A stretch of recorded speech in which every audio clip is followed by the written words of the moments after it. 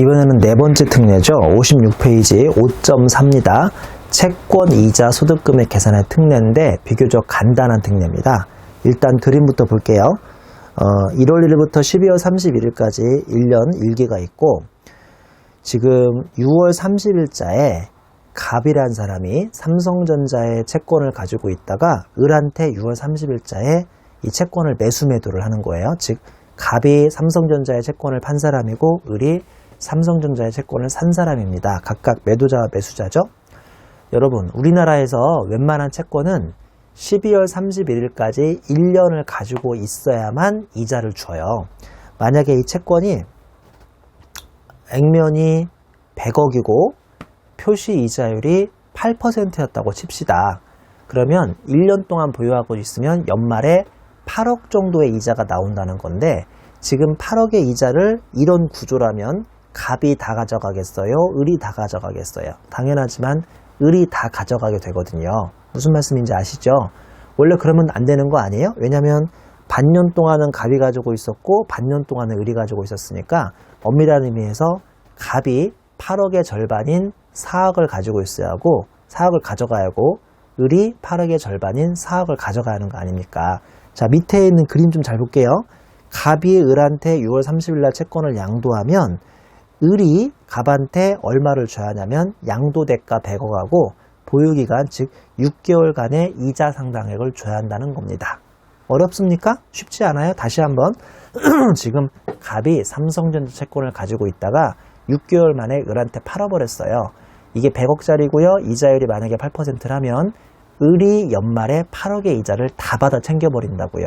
그럼 그렇게 하면 안 될 거 아니에요. 갑이 반년을 보유했으니까 갑도 4억을 받아야죠. 그래서 그림 보시는 것처럼 갑이 을에게 6월 30일자에 채권 양도하면 을은 100억만 주는 게 아니라 100억과 소위 보유기간 이자 상당액에 대해서 이자를 쳐줘야 한다는 겁니다. 자, 이렇게 한마디로 을이 갑한테 이자를 4억을 줬으니까 그 4억에 대한 원천 징수는 원래 갑이 하는 겁니까? 을이 하는 겁니까? 또 헷갈리세요? 원천 징수를 당연히 이때 누가 하는 거겠어요? 갑이 하는 거예요? 을이 하는 거예요? 을이 하는 거죠. 돈을 주는 사람이 원천 징수를 하는 거니까. 자, 마지막 두 줄 보시면 동이자를 누가 원천 징수할지의 문제라고 되어 있잖아요. 원칙은 이자를 주는 쪽인 을이 해야지만 특례가 있습니다. 자, 특례를 미리 설명을 드리죠. 보시면 갑이 을에게 채권을 양도하고 을이 갑에게 대가 100억하고 4억의 보유기간 이자를 줘야 합니다. 보유기간 이자. 자, 여기를 매도측변이라고 하고요. 매도자라고 하고 여기를 매수자라고 하겠습니다. 원래는 이때 원천징수 누가 해야 한다고요? 여기가 해야 한다니까요. 주는 사람이. 자, 네 가지 경우의 수를 가정하죠. 여기가 개인으로 보고 여기가 개인으로 보겠습니다. 그리고 여기가 개인으로 보고 얘가 법인이라고 가정하고요. 그리고 얘가 법인이라고 가정하고 얘가 개인이라고 가정하겠습니다. 마지막으로 얘를 법인이라고 가정하고 얘를 법인이라고 가정을 하지요. 귀찮으니까 그냥 A 뭐 갑이라고 되어 있지만 여기는 B라고 할게요. 자, 경우의 수가 네 가지죠. 첫 번째, 개인이 개인한테 팔았을 때 원칙은 누가 원천징수를 해야 한다? 개인 B가 원천징수를 해야 한다는 거죠. 왜냐하면 6개월 동안 이자 4억을 줬으니까. 지금 제 말 이해되세요? 이해되세요? 다행이네요. 우리는 회계사, 세무사 수험생들이니까 기본적인 회계나 세무에 대한 지식이 있으니까 여기까지 이해가 될지 모르겠지만 우리나라 일반 개인들끼리 이런 채권을 사고 팔 때 과연 이걸 이해할까요? 그래서 아무도 원천징수를 하지 않습니다. 이게 첫 번째 특례예요. 제가 지금 어디 설명하는지 알죠? 57페이지 위에 있는 표에 표 안에 또 표를 설명하고 있는데요. 보다시피 특례원, 개인끼리는 아무도 원천징수 하지 않습니다. 자, 개인 A가 법인 B한테 팔면 이때 원천징수 누가 해야죠? 법인 B가 해요. 실제로 법인 B가 해요. 그래서 이거는 전혀 특례가 아닙니다. 자, 법인 A가 개인 B한테 팔았어요. 이것도 개인 여기 또 있네. 개인. 원래 이 사람이 원천징수 해야 하는데 이 사람이 알겠어요. 설마 이게 무슨 말인지 모르니까 이때 원천징수 누가 합니까? 법인 A가 합니다. 이것도 특례요. 특례. 이거 A가 합니다. A가 해요. 이거 특례요. 특례. 원래 얘가 해야 하는데. 자, 마지막으로 법인 A가 법인 B한테 팔면 이때 원천징수는 누가 해야 한다고요? 법인 B가 해야 하는데, 에이 귀찮다. 우리 앞으로 매도자 쪽에 법인이 있으면 언제나 네가 해라 라고 가정해버리자. 마치 얘처럼 여기에도 얘가 했듯이 법인과 법인끼리 해도 에이 귀찮아. 매도자 쪽에 법인이 있으면 네가 해라 라고 해서 이게 네가 가라 하와이까지 요 세 가지가 특례라고 생각하시면 되겠습니다. 특례 읽어볼까요? 특례 1. 개인끼리 있는 보유기간 이자에 대한 원천징수 개념이 없음. 그 다음에 그 밑에는 두 번째는 원칙대로 수행, 세 번째 특례 2, 개인은 원천징수 개념이 없음. 특례 3, 특례 2처럼 매도자 측에 법인이 있으면 그냥 네가 해라. 그래서 특례 세 가지가 있으니까 되게 간단한 거 아니에요? 이거 되게 간단한 거예요. 이해만 잘 하시면 됩니다. 양가로 1번의 의미부터 읽어봅니다. 채권에서 발생하는 이자와 할인액은 채권의 상환기간 중에 보유한 개인에게 그 보유기간의 이자 상당액이 각각 귀소되는 것으로 봄. 뭐 이건 알았고, 그러니까 한마디로 반년 만에 팔면 이 4억에 대해서 연간 6월 30일까지 이자를 주고받으라는 소리고요. 양가로 이번에 보유기간 이자 상당액, 채권 보유기간 이자 상당액은 해당 채권의 발행일 또는 직전 원천징수일부터 매도일의 보유기간에 대하여 약정된 이자 계산 방식에 따라 계산함. 보유기간 이자 상당액은 채권의 액면가액, 제가 아까 100억 가정했죠? 이자율 제가 아까 8% 가정했죠? 곱하기 365분의 일수. 저는 귀찮으니까 그냥 12개월분의 6개월 했는데 원래는 365일분의 181일로 FM도로 일할 계산을 하라는 소리겠네요. 곱표시 1번 표면 이자율의 할인율을 가산하고 할증률을 차감한, 이거는 2장에서 저희가 이자 소득을 배울 때 이미 설명을 드렸고요. 단 공개시장에서 발행하는 국채 등은 할인 할증을 고려하지 말라고 다 설명드렸죠. 기억하시죠? 꽃표시 2번 매수일의 다음 날부터 매도일의 보유기간까지를 꽃표시 2번의 분자의 보유기간으로 잡으시면 되겠습니다. 양가로 3번 보유기간 이자 상당의 원천징수 방법은 이미 설명드렸으니까 넘어가도 괜찮죠?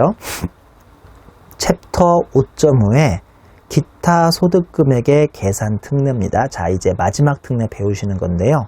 양가로 1번 상속 소득금액 구분 계산 특례라고 되어 있죠. 동그라미 1번 상속의 경우 피상속인의 소득세는 상속재산을 한도로 상속인에게 승계됨이라고 되어 있죠.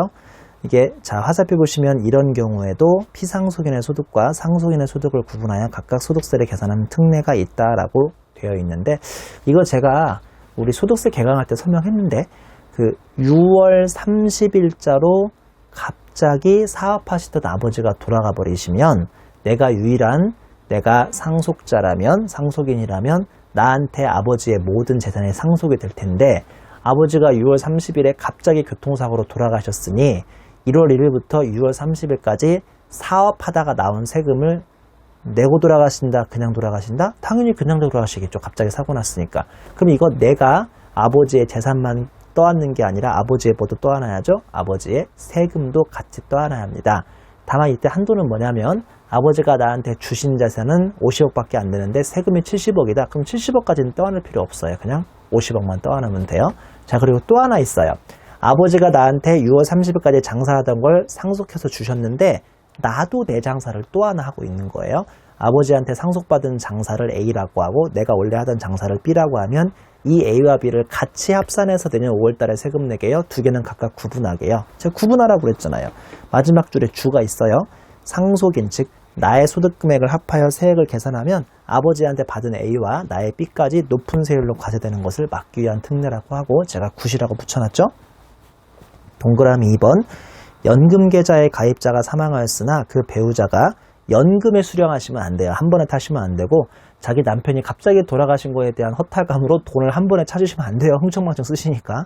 연금에 수령 없이 해당 연금계좌를 상속으로 승계하는 경우 해당 연금계좌에 있는 피상속인, 즉 돌아가신 분의 소득금액은 당연히 살아계신 그 남편이든 아내든 살아계신 분의 소득금액으로 보아서 소득세를 계산한다는 특례가 있습니다. 당연한 거고요.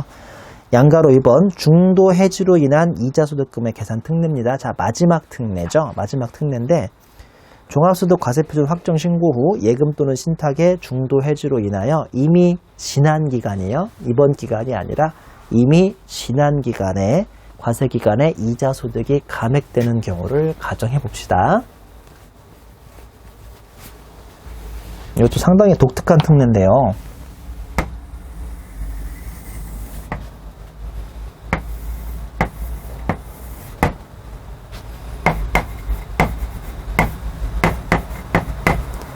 저기 우리 어머니가 2013년 1월 1일자에 예금에 가입했어요. 그래가지고 2015년이 만기래요. 만기, 3년 만기. 뭐 3년 만기면 100원의 원금하고 이자 나온대요. 이자. 근데 이 상품이 은행 직원이 뭐라고 설명했냐면 저기요 2015년 말까지 100을 만기까지 채워주시면 1년에 저희가 10씩 이자를 드려요라고 해서 우리 어머니는 이미 2013년 10에 대해서 세금 신고했고요. 2014년 10에 대해서 세금 신고했는데 안타깝게 한 11월 26일 정도에 우리 집에 급한 일이 생겨가지고 어머니가 만기를 못 채우고 이거를 해지를 해버리신 거예요. 중도 해지.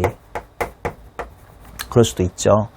여러분 아시겠지만 중도 해지하면 이만큼 이자 나와요? 안 나와요? 안 나오거든요. 그래서 이자가 줄어버렸어요. 마이너스 8. 그러니까 2년 동안 이미 10에 대해서 세금 신고도 했는데 이게 2만 신고했으면 되는 거기 때문에 8만큼에 대해서 세금을 줄여야 돼요. 이게 바로 제목에 중도 해지로 인한 이자 소득금의 계산 특례라고 하는 겁니다. 이럴 수도 있겠죠. 자주 있진 않겠지만. 자, 이렇게 하면 지난 2년 동안 8에 대해서 세금 많이 낸 거 두 가지 방법으로 돌려봤습니다. 첫 번째, FM대로 과거로 타임머신을 타고 돌아가서 소위 경정청구라고 하는데 국세청에다가 저 세금 많이 냈으니까 돌려주세요 라고 하는 방법이 첫 번째 방법이고요.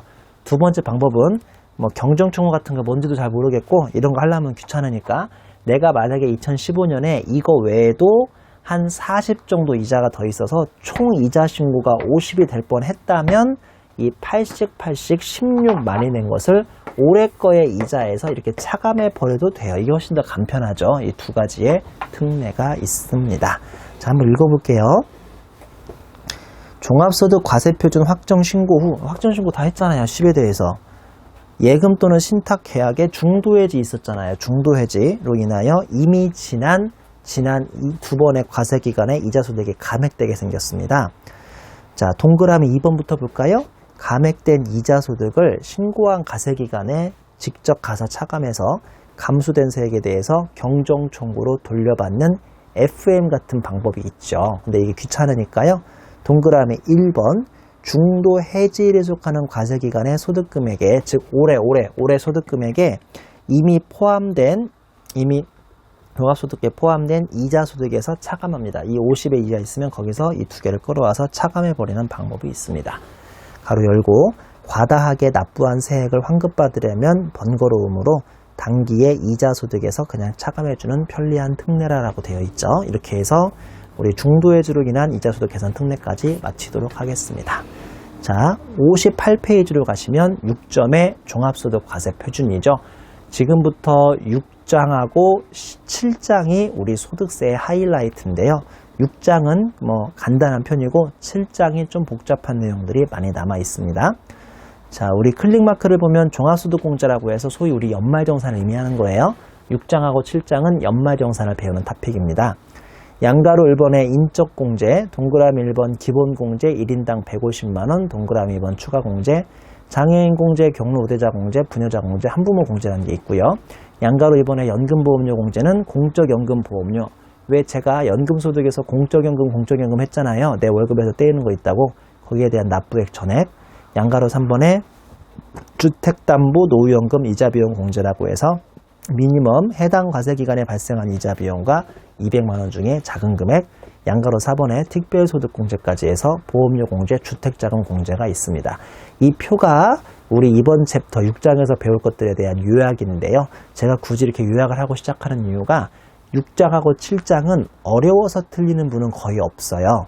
이게 우리가 연말정산이 소득세의 하이라이트이기도 하고 우리나라 1600만 대다수의 근로소득자들이 연말에 꼭 해야 하는 탑픽이다 보니까 워낙 유명하고 워낙 중요해서 이걸 막 실수로 틀리면 틀렸지 어려워서 틀리진 않습니다. 되게 대중적이라는 뜻이에요, 이게요. 그러니까 이걸 잘 표를 보시면서 가급적이면 암기할 건 암기하시고 우리 실수만 좀 줄이시면 6장하고 7장에서는 시험 문제에서 합격도 할 수 있고 나중에 이런 거 상담해주면 상당히 직장인들이 좋아하거든요. 어우 대단하시다고 막 그래요. 별것도 아닌데 실은 우리한테는. 그래서 6장 7장은 잘 우리 나중에 현실 목적이나 실무 목적이나 또는 수업 목적 모두 괜찮으니까 잘 기억하시기 바랍니다. 표 밑에 주 종합소득에서 미공제된 소득공제는 퇴직 양도소득에서 공제가 불가능하고 차기 이월도 불가능합니다. 그러니까 지금 배우실 소득공제가 너무 크면 0이 나오지 세금이 마이너스까지 돌려주진 않는다는 소리고요. 내년에 써먹을 수도 없습니다. 그 다음에 과세기간이나 부양기간이 1년 미만이어도 월화 계산하지 않습니다. 뭔 소리냐면 우리 가족 한 명당 150만원 빼주는 제도가 있는데 7월 1일날 애가 태어났다고 해서 이번에는 75만원 빼준다. 월화 계산한다. 그런 건 전혀 없습니다. 자, 우리 크게 6.1 인적공제 넘겨보시면 6.2가 연금보험료 및 주택담보노후연금 이자비용 공제 넘기시면 6.3이 특별공제 6.4가 조세특례제한법상 소득공제까지 해서 크게 빼주는 거 4개 배웁니다. 4개 배우고 자 6.1의 인적공제부터 시작을 합니다. 이게 워낙 중요하니까요.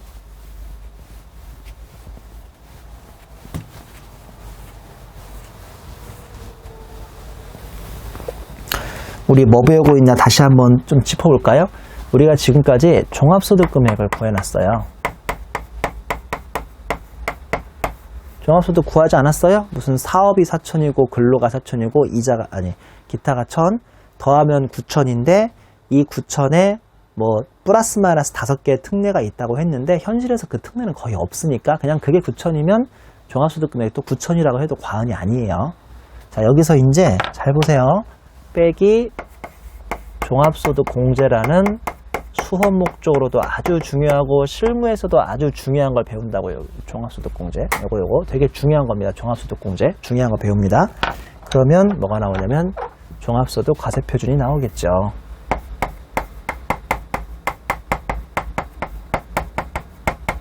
거기다가 T% 곱하면 종소 산출세액이 나옵니다. 이거는 어차피 다음 챕터에서 배웁니다. 여기까지만 이번 챕터고요. 여기서부터는 7장에서 배워요. 그러면 종소 산출세액에서 또 빼준 게 있어요. 그게 바로 종소 세액공제예요. 세액공제. 이거는 종소공제라고 하면 헷갈리니까 풀로 써드릴게요. 풀로. 종합소득공제입니다. 자, 그 밑에는 생략. 자, 잘 보셔야 돼요. 이번 6장에서는 소득공제 배운다, 세액공제 배운다. 이번에는 소득공제 배우고 7장에서는 세액공제 배웁니다. 두 개는 완전 다른 겁니다. 6장에서는 소득공제 배우고 7장에서 세액공제 배워요. 참고로 소득공제는 또 몇 가지가 있다. 아까 말씀드린 것처럼 인적공제냐, 그 다음에 연금보험료 공제냐, 그 다음에 특별공제냐, 그 다음에 조특법, 대표적인 게 신용카드 소득공제인데요. 조특법 공제냐 해서 또 4가지 정도가 구성되고 있습니다. 6.1이 인적공제 말씀드린 것처럼 그 다음에 6.2가 연금보험료하고 주택담보노후연금이라고 하나도 안 중요한 거 있어요. 그 다음에 6.3이 특별공제, 6.4가 조특법상 소득공제까지 해서 크게 4가지를 배우신다고 생각하면 되고요. 여러분 이런 말 들어봤죠? 의료비 공제, 교육비 공제 들어봤어요? 그런 건 다 다음 장인 7장의 세액공제입니다. 이번 장엔 그런 거 안 배워요. 이번 장은 좀 간단한 편입니다. 58페이지 6.1에 인적공제부터 한번 진행을 해보겠습니다. 여러분 인적공제가 아주 중요합니다. 왜냐하면 기본적으로 인적공제를 받는 사람에 대해서 나머지 공제라든지 다음 장의 세액공제를 받을 수 있으니까 인적공제가 아주 중요하고요. 자, 인적공제 그 중에서 특히나 1점인가요? 1점의 기본공제가 또 아주 중요하죠. 기본공제. 여러분 인적공제가 다시 기본공제, 추가공제로 나뉘거든요. 이따 배우시겠지만 1점의 기본공제 59페이지 하단에 2점이 추가공제입니다. 특히나 지금 배우실 1점의 기본공제가 또 인적공제 중에 제일 중요합니다. 왜냐하면 기본공제 150만 원이 돼야 나머지 추가공제든 여기 나오는 다른 공제들을 써먹을 수 있으니까 기본공제가 제일 중요합니다. 이거는 150만 원 후보군입니다. 후보군. 150만 원 후보군. 지금부터 기본공제 안에 들어오면 연말정산에 150만원 빼줄 수 있어요. 150만원 후보군인데 상당히 중요하죠. 자, 인생은 일단 한가운데 본인이 있어야죠. 본인. 여러분 위에 누구 있어요? 여러분 위에 누구 있어요? 부모님 있어요? 여기 부모님이라고 하면 안 되고 직계 존속이라고 해야 돼요. 왜 직계 존속이라고 해야 하냐면 이론상 아버지 어머니 모시고 있어도 150만 원이지만 할아버지 할머니 증조 고조 할아버지 할머니도 150만 원씩 살아만 계신다면 인정이 되기 때문에 원칙적으로 존속이라고 하는 거예요. 그 옆에 누가 있습니까? 우리 직계 존속도 아니고 비속도 아닌 형제자매가 있죠. 이걸 소위 반계라고 하는데요. 반계 옆으로 간다고 해서 형제자매가 있습니다. 맞죠? 그리고 나랑 평생을 하기로 약속한 배우자가 있습니다. 배우자. 여러분들은 배우자가 없는 분들이 많겠네요. 저는 배우자가 있습니다. 위로 올라가면 배우자의 존속이 있죠. 내 입장에서 소위 장인장모님이라고 부르는 분 실제로 두 분 살아계십니다. 우리 장인장모님. 그리고 옆에는 배우자의 형제 자매가 있는데요. 내 입장에서 뭐라고 부르냐면 처남처제라고 부르는 사람이죠. 처남처제. 여러분 이거 본인과 배우자가 이거 공부할 때는 동급으로 보셔야 돼요. 동급. 즉 그녀의 부모님은 나의 부모님입니다. 그녀의 형제자매는 나의 형제자매고요. 이해하셨죠? 이 그림 배울 때 본인과 배우자는 동급으로 보시는 거예요. 그리고 본인과 배우자 밑에 누가 있냐면 직계 비속이 있습니다. 저는 개인적으로 지금 2명의 자녀가 있거든요. 이 2명의 직계 비속이 있어요. 자, 그리고요, 우리 남자분들, 뭐 여자분들도 가능하지만 당구장에 당구 치러 가시면 당구 좀 잘 치는 사람들은 4구로 당구를 치는 게 아니라 3구로 당구를 치죠. 아줌마 3구 주세요. 그러면 아줌마가 이 꽉에다가 공을 3개를 넣을 텐데 바로 이게 소위 직계비속하고 동급인 사람입니다. 똑같진 않고요. 입양자하고 위탁아동하고 생활수급자가 있는데 이 3명이 직계비속과 동급이다라고 생각하시면 되겠습니다. 자, 그리고 또 하나 팁. 이 시험에 보통 어떻게 나오느냐? 남자로 나와요. 여자로 나오는 경우도 물론 있어요. 본인 뭐 거주자, 뭐 근로소득자, 임성종씨, 가로 열고 몇 세 이렇게 나오거든요. 주로 남자가 나오고요. 배우자는 전업주부로 가정합니다. 전업주부. 왜 전업주부로 가정해야 하냐? 배우자가 직장생활을 해버리면요 재미가 없어요. 왜냐하면 너무 시험 문제가 쉬워요. 썰렁해서 그런 문제는 안 나옵니다. 뭔 소리냐? 자, 여기 안에 들어오면 150만 원을 빼준다는 거잖아요. 근데 이게 실은 말은 안 돼요. 여러분, 우리 애 한 명 키우는데 1년에 얼마 들어가는지 아십니까? 이거 150만 원 빼주는 취지가 뭔지 아세요? 여기 들어온 사람 한 명 부양하는데 이 부양 이게 뭡니까? 가장이 150만 원 들어간다는 뜻이기 때문에 150만 원을 빼주는 건데 말도 안 되는 소리. 우리 애한테 한 달에 150만 원 넘게 들어간다. 한 달에. 근데 이 규정의 취지는 사람 한 명 부양하는데 150만 원 들어간다는 뜻이거든요. 근데 보세요. 배우자가 전업주부가 돼야 이게 훨씬 더 어렵고 시험에 나오지. 전업주부가 만약에 배우자가 전업주부가 아니라 일단 죄송하지만 저는 남자니까 남자 위주로 강의하자면 내가 남자고 우리 와이프가 전업주부가 아니라면 그녀의 부모님이나 그녀의 형제자매를 내가 150만 원으로 끌고 오겠습니까? 그녀가 끌고 가겠습니까? 그녀가 끌고 가니까 이 그림이 반쪽짜리가 돼서 별로 어렵지가 않아요. 그렇게 하면 시험에 안 나오고요. 시험에서는 항상 배우자는 전업주부로 가정하기 때문에 그녀의 부모님인 장인 장모님도 내가 모셔올 수 있고요. 제가 모셔온다 또는 끌어온다는 소리는 150만 원 공제받는다는 소리예요. 또는 그녀의 형제자매도 내가 막 150만 원을 끌어올 수 있게끔 시험 문제는 꼬아서 나오기 때문에 대부분 배우자는 전업주부, 소득이 없는 걸로 가정을 합니다. 자, 그리고 여러분 본인 얘기를 한번 대입해 보세요. 본인 얘기. 저는 실제로 우리 배우자는 전업주부가 아니에요. 그러니까 나는 애나 끌고 와야지 우리 와이프는 끌고 올 수가 없습니다. 자, 그리고 실제로 지금 저는 처남이 있어요. 처제는 없어요. 그러니까 남자 동생만 하나 있거든요. 그녀의 남자 동생. 처남도 있으니까. 그리고 그녀가 전업주부라고 가정할게요. 우리 강의에서. 나는 그러면 처남을 150만 원으로 끌고 올 수 있게요, 없게요? 그림에 현재 그림까지는 있잖아요. 근데 제가 분명히 후보라고 그랬거든요. 왜냐하면 박스에 있는 3가지 요건이 이게 아주 중요합니다. 그림에 있다고 무조건 150이 되진 않아요. 이건 제가 후보라고 그랬어요. 자, 기본공제 요건이라고 해서 1점. 기말 현재 생계를 같이 해야 합니다. 저는 지금 우리 처남하고 같이 살고 있게 안 살고 있게요? 당연히 안 살고 있죠. 처남도 결혼했는데 내가 같이 왜 살고 있어요? 그러니까 벌써 여기서 처남은 150만 원 못 끌고 온다는 소리고요. 2점, 나이 요건이 20에서 60세를 제외합니다. 우리 처남이 30 몇 살이든가? 그래요. 그러니까 당연히 자기 앞가림을 할 수 있는 경제활동 인구입니다. 20에서 60세를 제외하는 이유를 알겠죠? 이 나이는 경제활동 인구이기 때문에 남이 부양할 필요가 없는 거예요. 물론 강의를 들으시는 대다수 우리 수험생들은 안타깝게도 20에서 60세 사이인데 경제활동을 못하고 있죠. 그래도 여러분 부모님한테는 도움이 못 됩니다.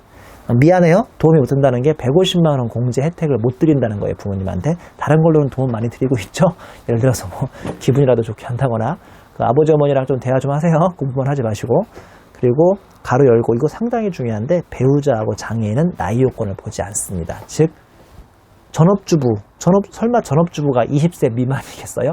20세 미만의 그 어린 신부를 설마 두고 있겠습니까? 아니면 막 60세 넘어요? 막 할머니예요, 우리 와이프가? 그럴 리가 없잖아요. 분명히 뭐 20대, 30대, 40대일 거 아닙니까? 우리 배우자가. 그래도 그냥 무조건 공제할 수가 있습니다. 배우자도 나이를 안 보고 장애인도 나이를 안 보기 때문이죠. 장애인 나이를 안 본다는 게 이게 웃을 일입니까? 울 일입니까? 참 애매한데요. 장애인 나이 안 보는 이유가 뭔지 아세요? 장애인은 20세가 넘어가도 자기 경제활동을 못하고 앞가림을 못하니까 누군가한테 부양을 받아야 하고 그래서 부양해준 사람이 150만 원 혜택을 본다는 건데 장애인들이 들으면 기분 나쁠 소리죠. 근데 아무튼 장애인이 집에 있으면 나이를 불문하고 150만 원 공제받을 수 있으니까 또 웃을 일일 수도 있고 기분 나쁜 일일 수도 있습니다. 3점에 보시면 소득 요건도 필요한데요. 연간 소득금이 100만 원 넘어가시면 안 돼요. 참고로 우리 처남 같이 살지도 않아. 나이도 20 넘었어. 게다가 은행 다니기 때문에 연봉도 많이 받습니다. 내가 어떻게 그 사람을 끌고 와요. 걔가 날 끌고 가면 끌고 가야지. 그러니까 이 그림이 온다고 무조건 150만 원 되는 거 아니어서 제가 후보라고 했던 겁니다. 이 박스에 있는 세 가지 요건을 엔드 요건으로 모두 만족을 시켜야겠습니다. 제일 마지막 줄 꽃표시 보시면 공제 대상도 안에 들어오면 기본 공제 대상자의 후보는 되지만 기본 공제 요건을 갖추지 못하면 공제가 불가능하다는 거죠. 기억하셔야 돼요. 가끔씩 실무 강의하면 연말정산 강의 같은 거 하면 꼭 강의 끝나고 처제가 150만 원 후보 될 수 있냐고 물어보던데 안 될 확률이 크죠. 왜냐하면 요새 처제를 데리고 사는 사람이 잘 없어요. 서로 불편하니까. 그리고 처제가 20살이 안 됐을 리가 없죠. 보나마나 대학생이거나 사회 초년생이니까 데리고 있는 거겠죠, 내가. 그러니까 나이가 넘어가 버리고요. 그리고 혹시나 처제가 장애인이면 나이를 안 보겠지만 그럴 확률도 크지 않고 그리고 3번에 처제가 대학생이면 연간 금액이 100만 원 안 될 수도 있는데 아무튼 1, 2, 3번이 다 만족이 돼야 하니까 처제를 현실적으로 소득공제 받으려면 아주 힘들어요. 일단 데리고 살아야죠. 대학 1학년이어서 만인 19세 해야죠. 그리고 걔가 돈을 안 벌어야죠. 아니면 장애인이 해야죠. 그래서 솔직히 좀 어렵습니다. 공제 받기가. 다음 페이지 보시면 종합소득이 있는 거주자, 가로 열고 자연인만 해당하므로 법인 아닌 단체는 제외에게 다음에 기본 공제 대상자가 있으면 1인당 150만 원 공제해 줍니다. 자, 지금 이 표는 다시 볼 필요는 실은 없는데 왜냐하면 이 그림하고 똑같은 건데 이 그림을 표로 만든 게 이거기 때문에 똑같은 거예요. 특이사항이 있다면 반가로 4번의 위탁아동인데요. 이거 설명 먼저 안 했구나. 입양자, 위탁아동, 생활수급자 먼저 설명 안 했죠. 입양자에 뭔지 알죠? 누구죠? 차인표 신혜라 부부인가? 그분들이 자주 하는 게 입양이죠.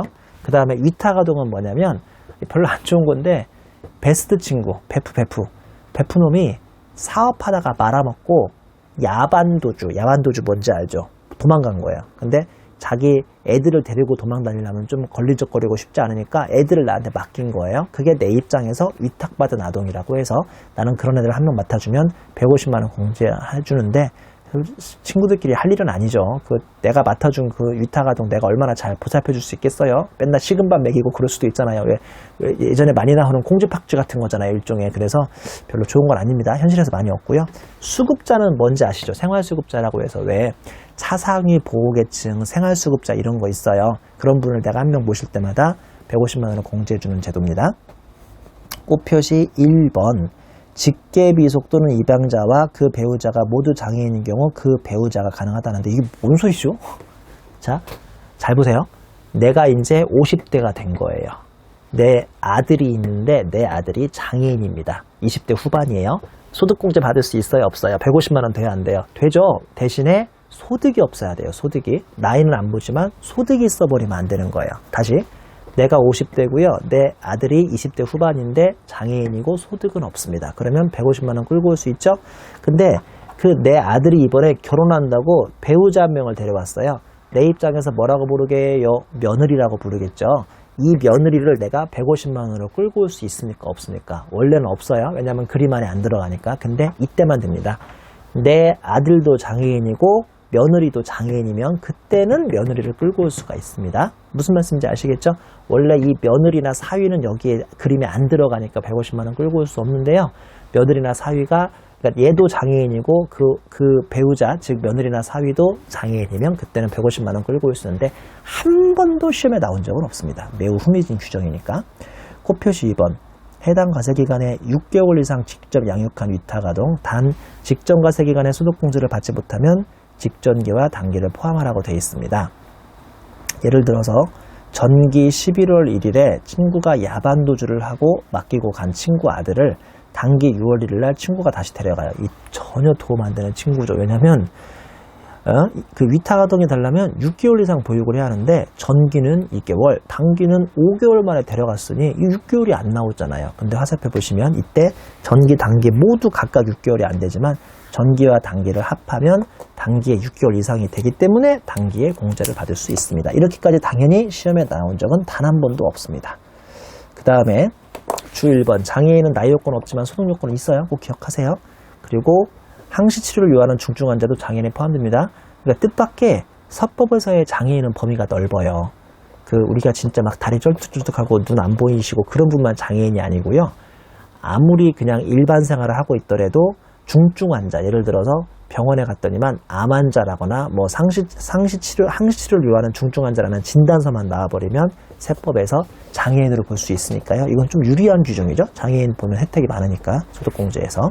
주 2번 상당히 중요한데요. 이때 소득은 1년간의 종합소득, 아직 배우지도 않았지만 퇴직소득, 양도소득도 가능합니다. 양도소득 아직 배우지도 않았지만 화살표 보시면 비과세하고 비혈과하고 분리과세는 제외라고 되어 있습니다. 양가로 1번.